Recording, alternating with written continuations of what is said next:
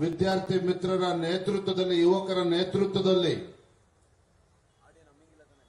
ಕೆಪಿಎಸ್ಸಿನಲ್ಲಿ ಆಗ್ತಾ ಇರ್ತಕ್ಕಂಥ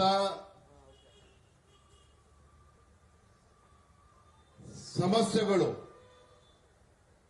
ಕೆಪಿಎಸ್ಸಿಯಿಂದ ಸೃಷ್ಟಿಯಾಗ್ತಿರ್ತಕ್ಕಂಥ ಅವಾಂತರಗಳ ವಿರುದ್ಧ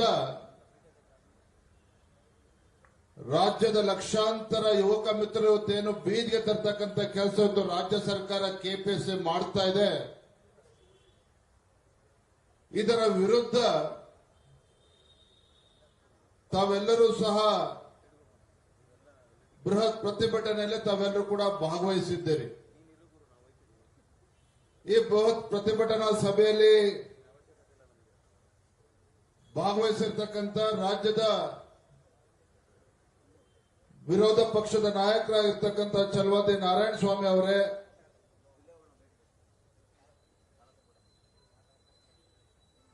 ಶೋಷಿತ ಪೀಡಿತ ಸಮುದಾಯಗಳ ಒಂದು ಧ್ವನಿಯಾಗಿ ರಾಜ್ಯದಲ್ಲಿ ನಿರಂತರವಾಗಿ ಹೋರಾಟವನ್ನ ಮಾಡ್ಕೊಂಡು ಬರ್ತಾ ಇರ್ತಕ್ಕಂಥ ಹಿರಿಯರಾಗಿರ್ತಕ್ಕಂಥ ವೆಂಕಟಮಣಿ ಸ್ವಾಮಿ ಅವರೇ,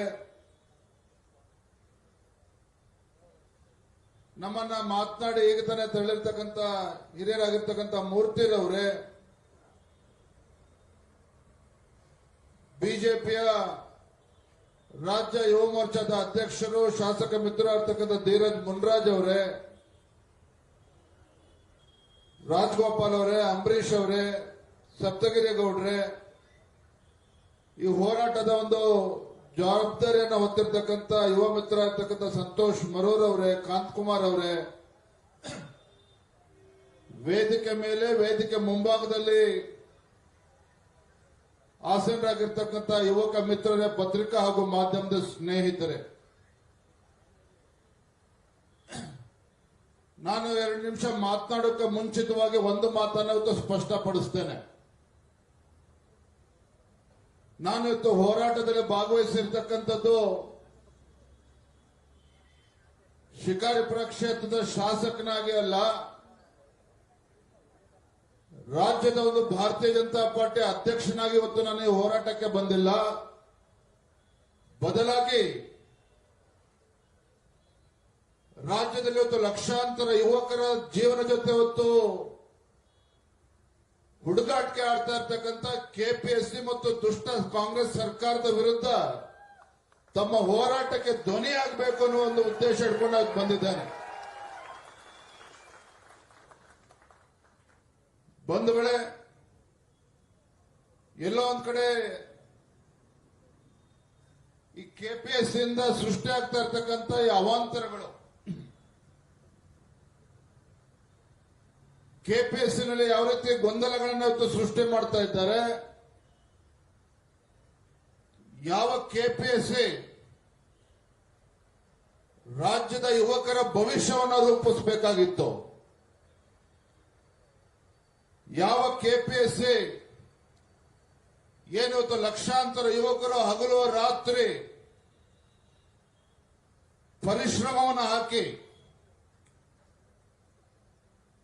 ಇವತ್ತು ಪರೀಕ್ಷೆಗಳಲ್ಲಿ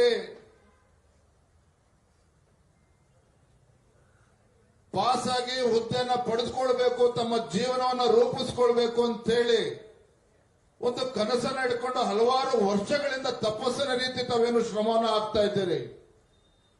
ತಮ್ಮ ತಪಸ್ಸಿಗೆ ಇವತ್ತು ಬೆಂಕಿ ಇಡ್ತಕ್ಕಂಥ, ಕೊಳ್ಳೆ ಇಡ್ತಕ್ಕಂಥ ಕೆಲಸ ಇವತ್ತು ಕೆಪಿಎಸ್ಸಿ ಮಾಡ್ತಾ ಇದೆ ಅಂತ ಹೇಳಿದ್ರೆ ಇದು ನಿಜವಾಗ್ಲೂ ಕೂಡ ನಮ್ಮೆಲ್ಲರ ದುರಾದೃಷ್ಟ ಅಂತೇಳಿ ಸಂದರ್ಭ ಹೇಳೋದಕ್ಕೆ ಇಚ್ಛೆ ಪಡ್ತೇನೆ.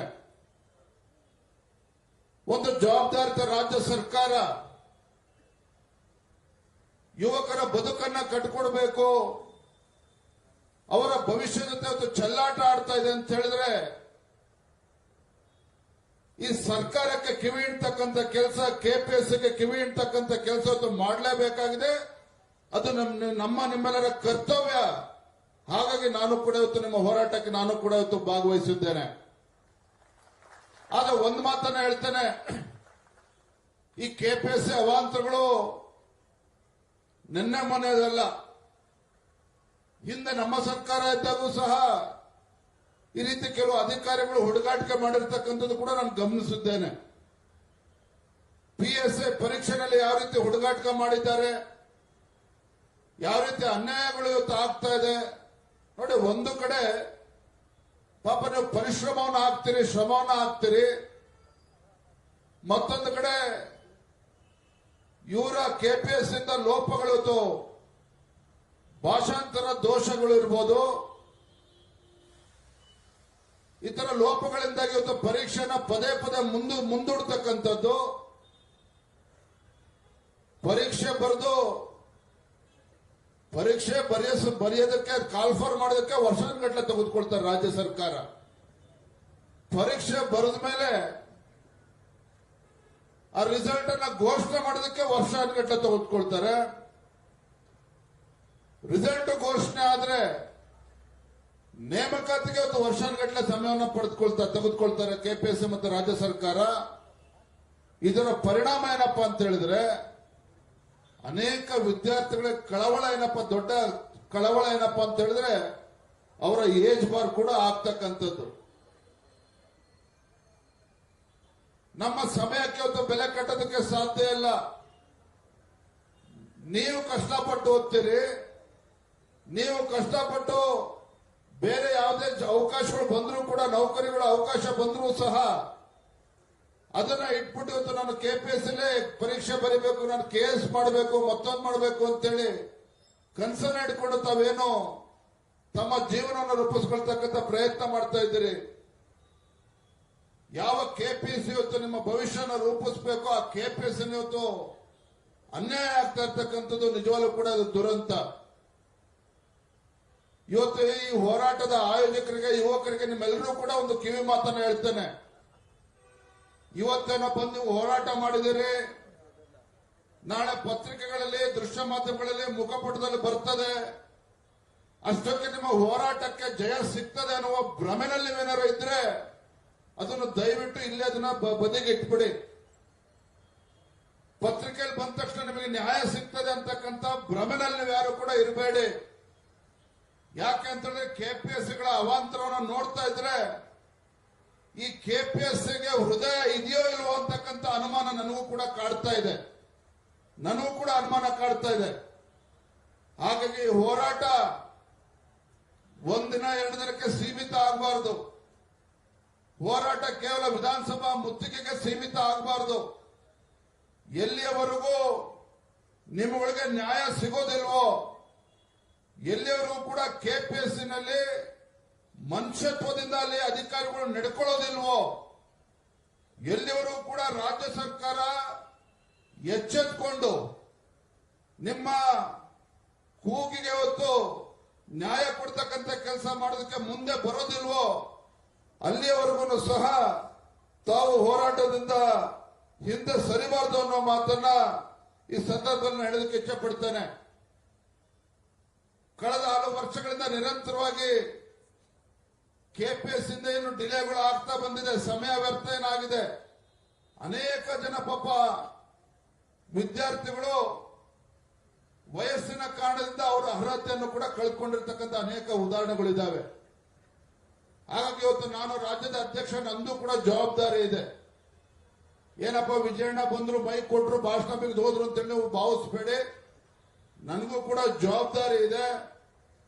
ನಾನು ಒಬ್ಬ ಶಾಸಕನಾಗಿ, ಅದಕ್ಕಿಂತ ಹೆಚ್ಚಾಗಿ ನಮ್ಮ ಯುವಕ ಮಿತ್ರರಾಗಿ ನಿಮ್ಮ ಹೋರಾಟಕ್ಕೆ ನಾನು ಸದಾ ಬೆಂಬಲವನ್ನು ಕೊಡ್ತೇನೆ. ಬೆಂಬಲದ ಜೊತೆಗೆ ನಿಮಗೆ ನ್ಯಾಯ ಸಿಗ್ತಕ್ಕಂಥ ನಿಟ್ಟಿನಲ್ಲಿ ಸಂಪೂರ್ಣವಾಗಿ ನಾನು ನಿಮ್ಮ ಜೊತೆ ಇರ್ತೇನೆ ಅನ್ನುವ ವಿಶ್ವಾಸವನ್ನು ಸಂದರ್ಭ ಕೊಡೋದಕ್ಕೆ ಇಚ್ಛೆ ಪಡ್ತೇನೆ. ನಿನ್ನೆ ದಿನ ನಾನು ಬೆಳಗ್ಗೆ ಶಿಕಾರಿಪುರದಿಂದ ಹೊರಟು ಅಲ್ಲಿಂದ ಹುಬ್ಬಳ್ಳಿಗೆ ಹೋಗಿ ಜೈನ ಧರ್ಮದ ಒಂದು ಸಮ್ಮೇಳನದಲ್ಲಿ ಭಾಗವಹಿಸಿ ಸಂಜೆ 6 ಗಂಟೆಗೆ ಕೊಪ್ಪಳದಲ್ಲಿ ಒಂದು ಜಗತ್ ಪ್ರಸಿದ್ಧ ಜಾತ್ರೆಯಲ್ಲಿ ಭಾಗವಹಿಸಿ ಬೇರೆ ಕಾರ್ಯಕ್ರಮದಲ್ಲಿ ಭಾಗವಹಿಸಬೇಕಾಗಿತ್ತು ಇವತ್ತು. ಆದರೂ ಕೂಡ ತಾವೆಲ್ಲ ಯುವಕರು ಇವತ್ತು ರಾಜ್ಯದ ಮೂಲೆ ಮೂಲೆಗಳಿಂದ ಬಂದು ಬೆಂಗಳೂರಿಗೆ ಬಂದಿದ್ದೀರಿ.